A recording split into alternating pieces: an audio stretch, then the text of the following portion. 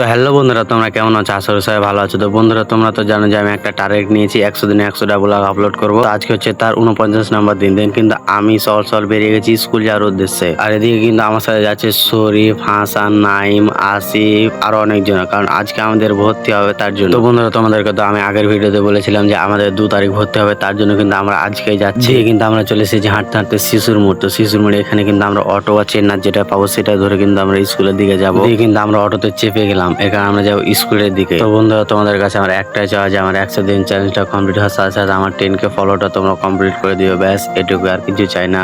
কিন্তু আমরা চলে এসেছি কাঁড়াখালি দিয়ে। আমি কিন্তু অটো থেকে নেমে গেলাম, আর এদিকে কিন্তু শরীফেরা ভাড়া দিচ্ছিল অটো। তো অটো থেকে নেমে আমি সোজা চলে এসেছি হাবুদার দোকানে, কারণ আমাকে এখানে ছবি তুলতে হবে তার জন্য। কিন্তু আমার ছবি তোলা কমপ্লিট হয়ে যায়, আর কিন্তু আমি হাঁটতে লাগি স্কুলের ভিতরে যাওয়ার জন্য।